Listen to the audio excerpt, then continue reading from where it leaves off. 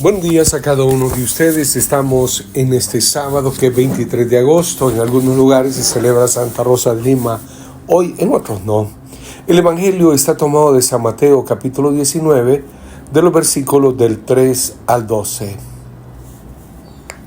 En aquel tiempo se acercaron a Jesús unos fariseos y le preguntaron para ponerlo en una trampa: ¿le está permitido al hombre divorciarse de su esposa por cualquier motivo?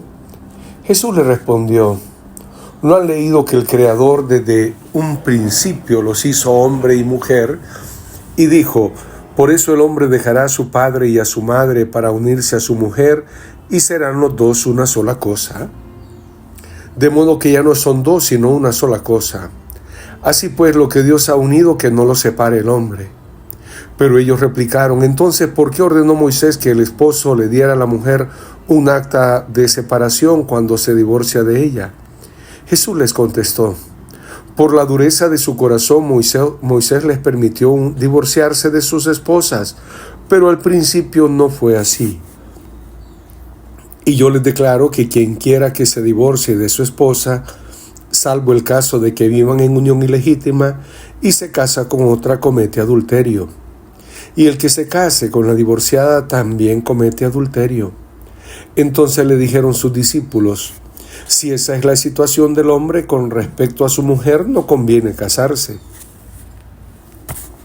Pero Jesús le dijo: no todos comprenden esta enseñanza, sino solo aquellos a quienes se les ha concedido. Pues hay hombres que desde su nacimiento son incapaces para el matrimonio.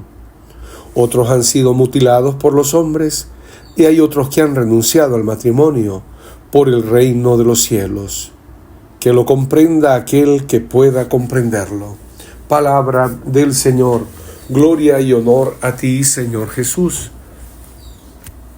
Hoy queda clara la realidad del matrimonio según una mentalidad del Evangelio, de la Iglesia. No podemos aferrarnos a otra cosa que no sea la palabra de Dios.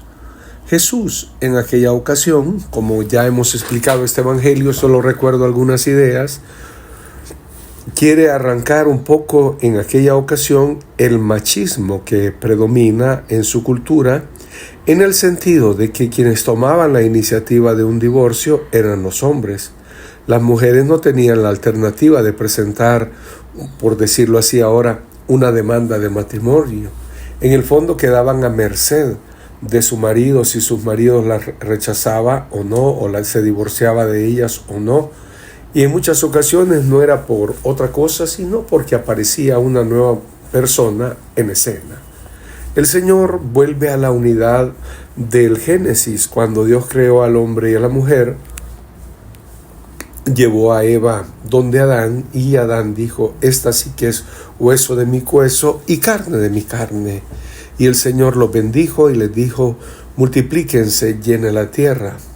No podemos quedar de ninguna manera que las familias estén al capricho, porque muchas veces es el machismo de muchos hombres el que lleva a romper la unidad matrimonial, porque el papá se encontró a otra mujer y aquí y allá, y que hoy se encontré la mujer de mi vida. O también, por desgracia, hoy ya también sucede en las mujeres. La verdad es de que el matrimonio no se le obliga a nadie que se case. Y en todo caso, hoy tampoco, pero hay que pensarlo muy bien, pero tampoco Dios está en favor de esa forma que ahora se tiene la vida familiar un poco inestable, donde no hay compromisos formales ni serios. Dios quiere la unidad matrimonial y la unidad familiar.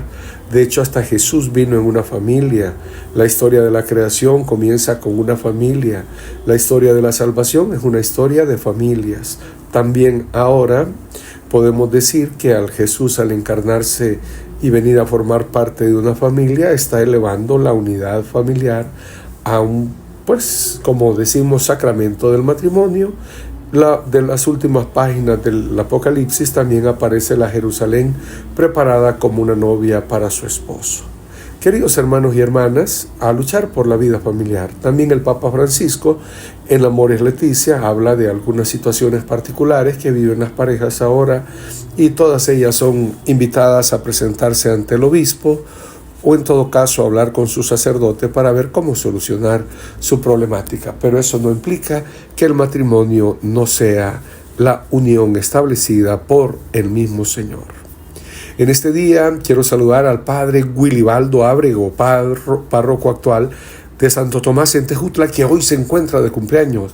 Felicidades para ti, querido hermano, y a todos ustedes a tener un día familiar lleno de paz, de dicha, de unión familiar. A todos ustedes que les bendiga el Dios Todopoderoso, que es Padre, Hijo y Espíritu Santo. Amén.